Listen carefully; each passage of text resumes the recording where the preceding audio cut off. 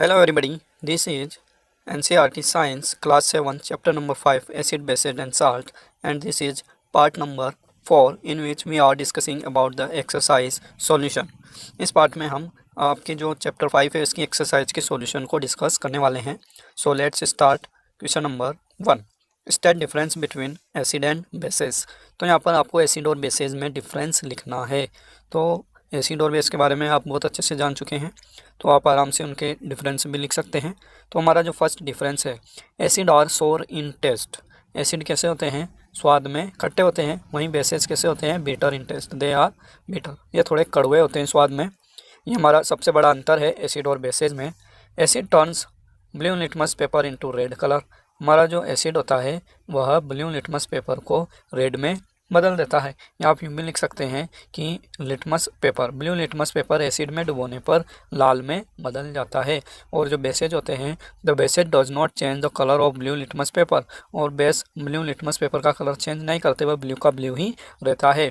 Acid does not change the colour of red litmus.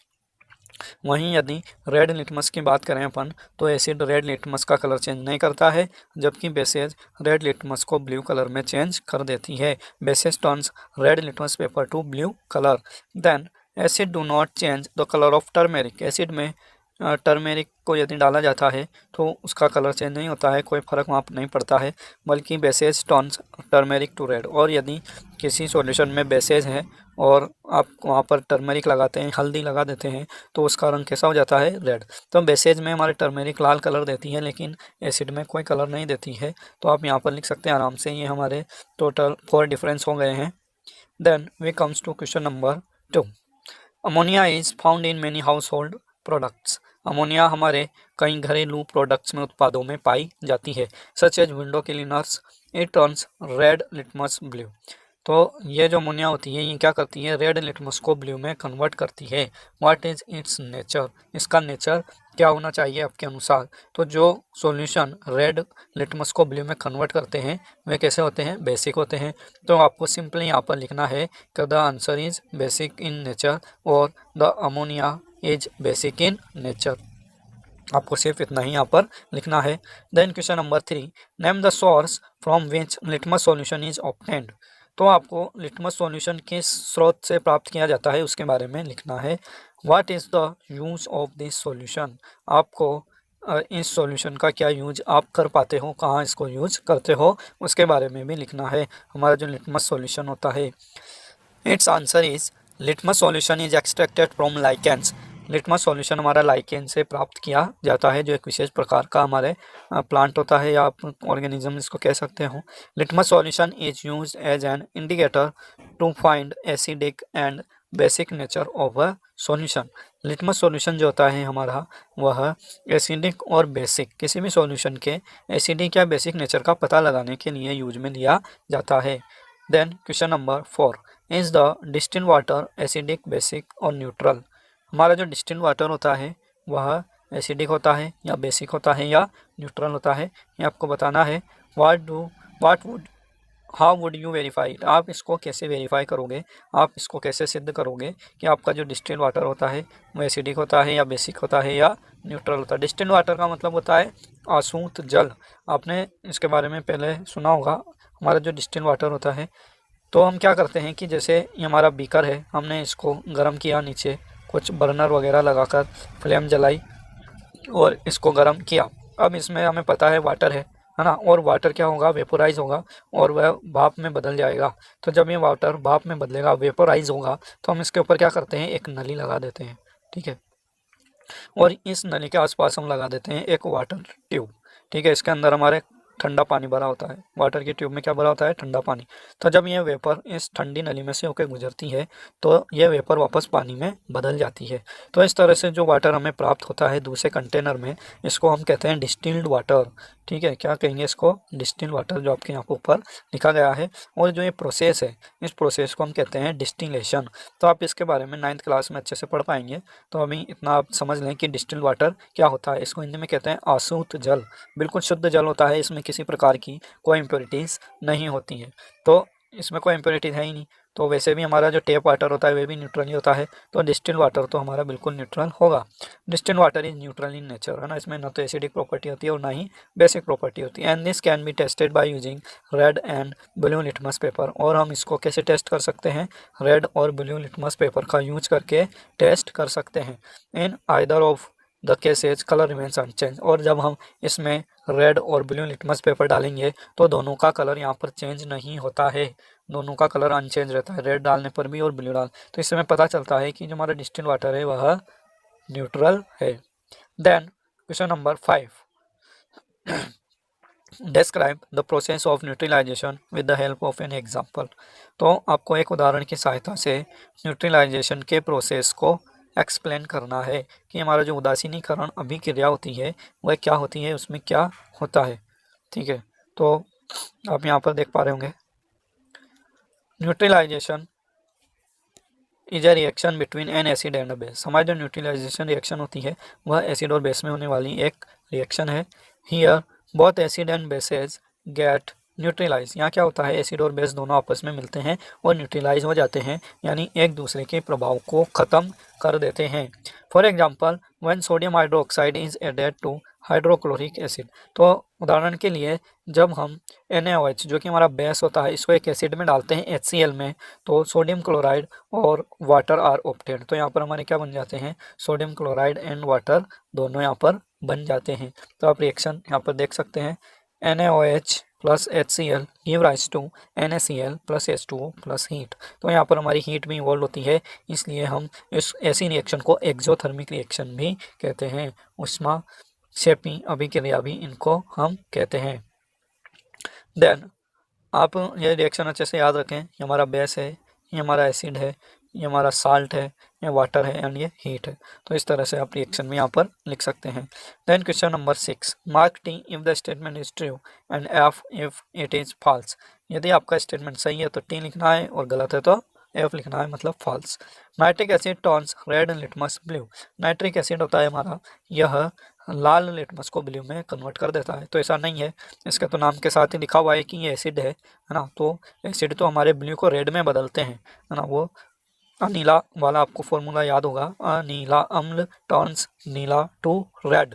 तो यहाँ पर तो रेड ब्लू में बदल रहा है, ऐसा नहीं होता है, तो ये स्टेटमेंट हमारा क्या हो जाएगा, wrong. Then sodium hydroxide turns blue litmus red. और जो सोडियम हाइड्रोक्साइड होता है जो कि हमारा बेस है, ऊपर आपने क्वेश्चन में देखा है, ये ब्लू लिटमस को रेड में बदलता है, तो ये भी यहाँ पे गलत हो जाएगा, क्योंकि बेस तो रेड को ब्लू में बदलते हैं, न कि ब्लू को रेड में।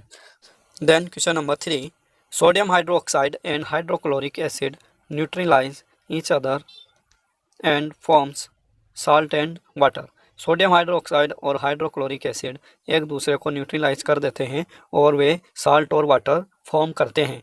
तो ये भी हमारा सही है, क्योंकि सोडियम हाइड्रोक्साइड और हाइड्रोक्लोरिक एसिड दोनों क्या है, ये बेस है और ये एसिड है। तो एसिड और बेस की रिएक्शन होती है न्यूट्रलाइजेशन रिएक्शन, तो वे दोनों क्या कर देंगे, एक दूसरे को न्यूट्रलाइज कर देंगे और साल्ट और वाटर वे बनाएंगे। तो ये हमारा हो जाता है ट्रू। ठीक है, आप इसमें लगाएंगे true. Then 4, indicator is a substance which show different colour in acidic and basic solution.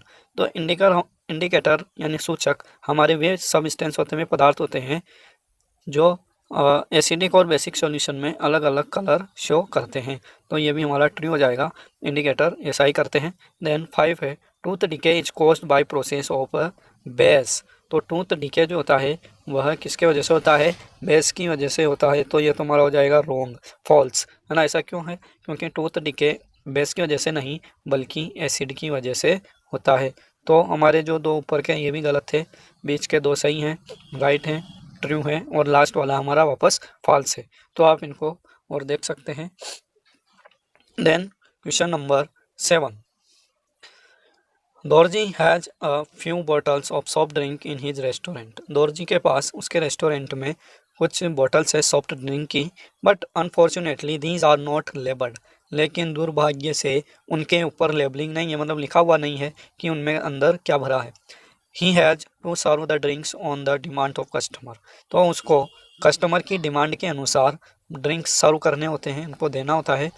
One customer wants acidic drink, another want basic and third want neutral drink. तो एक कस्टमर आता है, उसको एसिडिक ड्रिंक चाहिए, दूसरा आता है उसको बेसिक ड्रिंक चाहिए, और तीसरा आता है उसको न्यूट्रल उदासीन ड्रिंक चाहिए। How will Dorji decide which drink is to be served to whom. तो दोर्जी कैसे डिसाइड करेगा कि वह किस कस्टमर को कौन सा ड्रिंक देगा। तो आप यहाँ पर बता सकते हैं कि उसको इंडिकेटर्स का यूज करना चाहिए, और इस तरह से वे पहचान कर उनको एसिडिक, बेसिक और न्यूट्रल ड्रिंक दे पाएगा। Dorji can test a few drops out of soft drink bottle. तो वह यहाँ पर एक और काम कर सकता है, वह इनको टेस्ट कर सकता है। यदि एसिडिक सॉल्यूशन इज सोर इन टेस्ट, यदि एसिडिक सॉल्यूशन होगा तो वह खट्टा लगेगा, बेसिक सॉल्यूशन होगा तो बीटर लगेगा, and the neutral solution has no taste, और न्यूट्रल होगा सॉल्यूशन तो इसमें कोई टेस्ट नहीं होगा। अलॉन्ग विद टेस्टिंग दोर्जिन can use litmus paper to test the nature of soft drink. इसके अलावा दोर्जी लिटमस पेपर का यूज करके सॉफ्ट ड्रिंक के नेचर का पता लगा सकता है। He should use blue litmus paper to test the acidic solution। उसको एसिडिक सॉल्यूशन का पता लगाने के लिए ब्लू लिटमस पेपर का यूज करना चाहिए, क्योंकि blue litmus paper acidic solution में रेड हो जाता है। Dorji has to put a drop of solution on blue litmus, और दोर्जी को क्या करना होगा, ब्लू लिटमस के ऊपर वो जो सॉल्यूशन है उसका ड्रिंक है उसकी एक ड्रॉप वहाँ पर पुट करनी होगी। If it turns red then the solution will be acidic in nature. तो यदि वह जो ड्रॉप है वह रेड हो जाती है तो हमारा जो सॉल्यूशन है वह कैसा होगा, एसिडिक होगा। Then similarly he can use red litmus paper to test the basic solution. इसी तरह से वह रेड लिटमस पेपर का यूज करके बेसिक सॉल्यूशन का पता लगा सकता है, क्योंकि रेड लिटमस पेपर हमारा ब्लू में कन्वर्ट हो जाएगा। He has to put a drop of solution on red litmus. उसको रेड लिटमस के ऊपर उस सॉल्यूशन का सॉफ्ट ड्रिंक की एक बूंद डालनी होगी। इफ़ इट टर्न्स ब्लू, यदि हमारा लिटमस ब्लू हो जाता है, then the solution will be basic in nature. और इस तरह से वह बेसिक सॉल्यूशन का भी पता लगा लेगा। और यदि सॉल्यूशन वह रेड और ब्लू दोनों लिटमस पर डालता है और फिर भी कलर चेंज नहीं होता है, तो वह हमारा कौन सा हो जाएगा, न्यूट्रल सॉल्यूशन हो जाएगा। तो यदि आपसे ये बड़े मार्क्स में 5 मार्क्स में पूछा जाए तो आपको इतना लिखना है, लेकिन यदि यह 2 और 3 मार्क्स में लिखा जाए तो आप सिर्फ यहाँ तक भी इसको लिख सकते हैं, है ना। Along with testing Dorji can use litmus paper to test the nature of soft drink, यहाँ तक भी आप लिख सकते हैं। यदि आपको ज़्यादा इंग्लिश नहीं आती है, लिखना में दिक्कत है, तो आप इसको इतना शॉर्ट करके भी लिख सकते हैं। लेकिन यदि 5 मार्क्स में पूछा जाएगा तो आपको इसको पूरा एक्सप्लेन करके लिखना होगा। Then question number 8, explain why. यहाँ पर कुछ चीज़ें लिखी गई हैं, आपको एक्सप्लेन करके बताना है ऐसा क्यों होता है। An antacid tablet is taken when you suffer from acidity. जब आपको एसिडिटी हो जाती है, आपके स्टोमक में HCl की मात्रा बढ़ जाती है, तो आपको एक एंटासिड की टेबलेट लेनी पड़ती है। एंटासिड यानी प्रति अम्ल, जो कि एसिड के विरुद्ध काम करता है। तो ऐसा हम क्यों करते हैं, इसको हम यहाँ देख लेते हैं। The antacid tablet contains base like milk of magnesia. तो हमारी जो एंटासिड टेबलेट होती है उसमें बेस होते हैं, क्षारीय पदार्थ होते हैं, जैसे कि milk of magnesia, magnesium hydroxide, which neutralises the acid produced in the stomach. या हमारे स्टोमक में प्रोड्यूस होने वाले एसिड को न्यूट्रलाइज कर देती है। Hence it is used while suffering from acidity. तो यह एसिडिटी से ग्रसित होने के दौरान यूज में लिया जाता है। ठीक है, तो सिंपल सा इसका आंसर था और आप इसको आराम से लिख सकते हैं।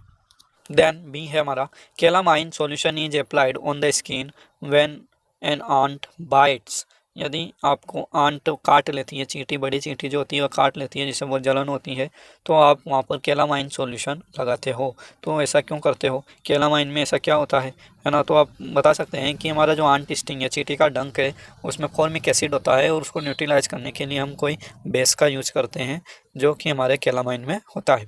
व्हेन आंट बाइट्स, जब हमें चींटी काटती है, it injects formic acid inside the skin. यह हमारी स्किन में फॉर्मिक एसिड इंजेक्ट कर देती है, अंदर डाल देती है। Calamine consist of zinc carbonate which is basic in nature.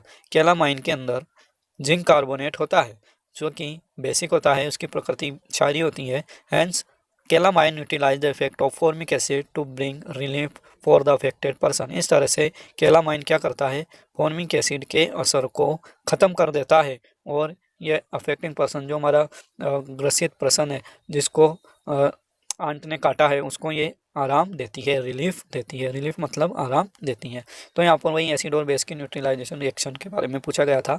Then C, factory waste is utilise before disposing it into the water bodies. तो हमने लास्ट टॉपिक में पढ़ा था कि हमारे जो फैक्ट्री वेस्ट होते हैं ये जब पानी में जाते हैं तो ये कई जीवों को नुकसान पहुंचाते हैं, एक्वेटिक एनिमल्स को, एक्वेटिक प्लांट्स को। तो उसको वाटर बॉडी में डालने से पहले न्यूट्रलाइज क्यों किया जाता है, तो वही आपको लिखना है। Factory wastage are acidic in nature. तो हमारे फैक्ट्री वेस्ट जो होते हैं उनमें अम्ल होते हैं, बहुत सारे अलग अलग तरह के केमिकल होते हैं जो कि एसिडिक होते हैं, which may cause harm to the aquatic life. और इनकी वजह से जो हमारी जलीय जीव होते हैं, एक्वेटिक जीवन होता है, उसको काफ़ी नुकसान होता है, हार्म होता है। Hence they are neutralised by using a base before disposing it into the water body. इसलिए इनको पहले न्यूट्रलाइज किया जाता है एक बेस का यूज करके पानी वाटर बॉडी में डालने से पहले। ठीक है, तो आप इसको समझ चुके हैं, इसको अच्छे से आप लिख पाएंगे। Then question number 9, 3 liquids are given to you. आपको 3 लिक्विड दिए गए हैं। One is hydrochloric acid, another is sodium hydroxide and third is a sugar solution, है ना।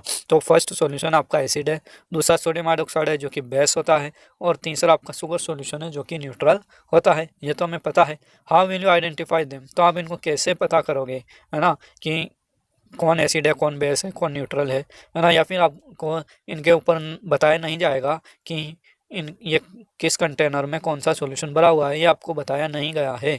तो आप इनको कैसे आइडेंटिफाई करेंगे।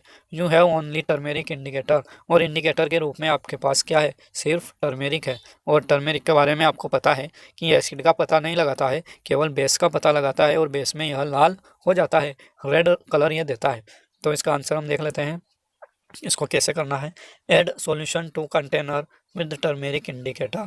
तो जो सॉल्यूशन है हमारा फर्स्ट कंटेनर में, उसको हम टर्मेरिक इंडिकेटर उसमें डालेंगे। If the solution is NaOH, यदि सॉल्यूशन NaOH हुआ तो इसका कलर कैसा हो जाएगा, it would turn turmeric indicator to red. तो वह हमारे टर्मेरिक को लाल कलर दे देगा। To the same container add test solution number 2, और उसी कंटेनर में जिसमें आपने NaOH डाला है और टर्मेरिक डाला है, उसी में आपको दूसरा देना है। दूसरे कंटेनर में जो सॉल्यूशन आपको दिया है उसको डालना है। If the added solution is sugar solution, indicator remains red because mixture of basic and neutral solution will remain basic in nature.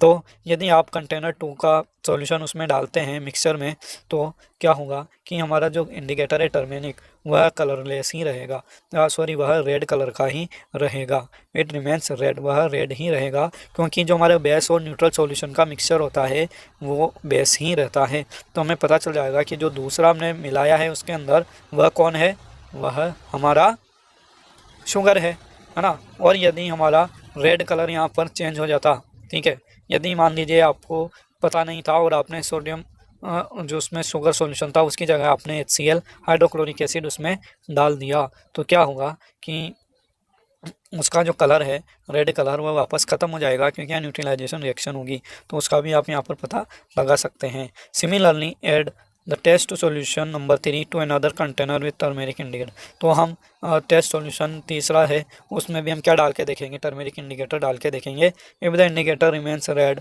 Then the solution will be hydrochloric acid. यदि indicator लाल ही रहता है तो हमारा जो तीसरा सॉल्यूशन है वह HCl होगा, क्योंकि एसिड भी टर्मेरिक के साथ कोई कलर नहीं देता है। ठीक है। Then question number 10, blue litmus paper is dipped in a solution. यदि ब्लू लिटमस पेपर को एक सॉल्यूशन में डिप किया जाता है, इट रिमेन्स ब्लू, तो वह ब्लू ही रहता है। What is the nature of solution, तो आपके सॉल्यूशन का नेचर कैसा है, एक्सप्लेन करो, है ना। वो एसिड है, बेस है या न्यूट्रल है। अबाउ सॉल्यूशन में भी न्यूट्रल और बेसिक इन नेचर। तो ये जो सॉल्यूशन आपको दिया गया है ये न्यूट्रल भी हो सकता है और बेसिक भी हो सकता है, क्योंकि ब्लू लिटमस इन दोनों के साथ रिएक्शन नहीं देता है। ब्लू लिटमस केवल एसिड को या एसिड में डालने पर वह ब्लू से रेड में कन्वर्ट होता है, लेकिन न्यूट्रल और बेसिक में उसमें कोई फ़र्क नहीं पड़ता है।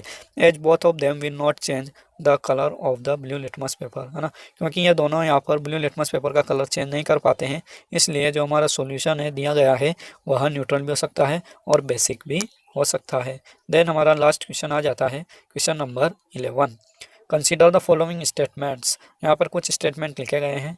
Both acid and bases change colour of all indicators, है ना। हमारे जो एसिड और बेस होते हैं ये क्या करते हैं, सभी इंडिकेटर्स के कलर को चेंज कर देते हैं। तो क्या ये सही है? नहीं, सभी एसिड और बेस तो हमारे कलर को चेंज नहीं करते हैं। ठीक है, सभी इंडिकेटर्स के कुछ इंडिकेटर्स सिर्फ एसिड में ही कलर चेंज करते हैं और कुछ सिर्फ बेस में ही कलर चेंज कर सकते हैं। तो बी है हमारा, if an indicator give a colour change with an acid it does not give a change with a base. यदि कोई इंडिकेटर है वह एसिड में कलर चेंज कर रहा है तो वह बेस में कोई कलर चेंज नहीं करेगा। ऐसा भी नहीं है, हमारा लिटमस होता है ना, वह एसिड में भी कलर चेंज करता है और बेस में भी कलर चेंज करता है। तो ये दोनों स्टेटमेंट तो हमारे गलत हो रहे हैं। Then C, if an indicator changes colour with a base it does not change colour with an acid. यदि कोई इंडिकेटर बेस में कलर चेंज करता है तो वह एसिड में कलर चेंज नहीं करेगा। तो ये तो बी वाले का ही उल्टा हो गया और ये भी क्या हो जाएगा, हमारे गलत हो जाएगा। Then change of colour in an acid and a base depends on the type of the indicator. तो किसी भी एसिड या बेस का जो कलर चेंज होता है वह उसमें डाले गए इंडिकेटर पर डिपेंड करता है, उस पर निर्भर करता है। Which of these statements are correct. तो इनमें से कौन स्टेटमेंट यहाँ पर करेक्ट हैं। ऑल फोर, क्या सभी स्टेटमेंट यहाँ पर आपके करेक्ट हैं। ए एंड डी, सिर्फ ए और डी करेक्ट है। B C and D, B C और डी करेक्ट है, ओनली डी। तो हमारा आंसर हो जाएगा कि हमारा सिर्फ डी वाला स्टेटमेंट यहाँ पर करेक्ट है। हमारे जो ऊपर के 3 स्टेटमेंट थे, ए भी गलत था, बी भी गलत था और सी भी गलत था, ओनली सी इज राइट। तो आपका ऑप्शन हो जाएगा ऑप्शन 4, ओनली डी। ओके, तो इस तरह से आप यहाँ पर इसको सॉल्व कर पाएंगे और आपकी एक्सरसाइज यहाँ पर दी एंड होती है। तो आपको ये पार्ट कैसा लगा, एक्सरसाइज सॉल्यूशन क्वेश्चन समझ में आए या नहीं आए, आप कमेंट करके बताएं। और यदि आपने चैनल सब्सक्राइब नहीं किया है तो ज़रूर सब्सक्राइब कर लें और बेल आइकन को भी दबा लें। Okay, thank you. जय हिंद, जय भारत।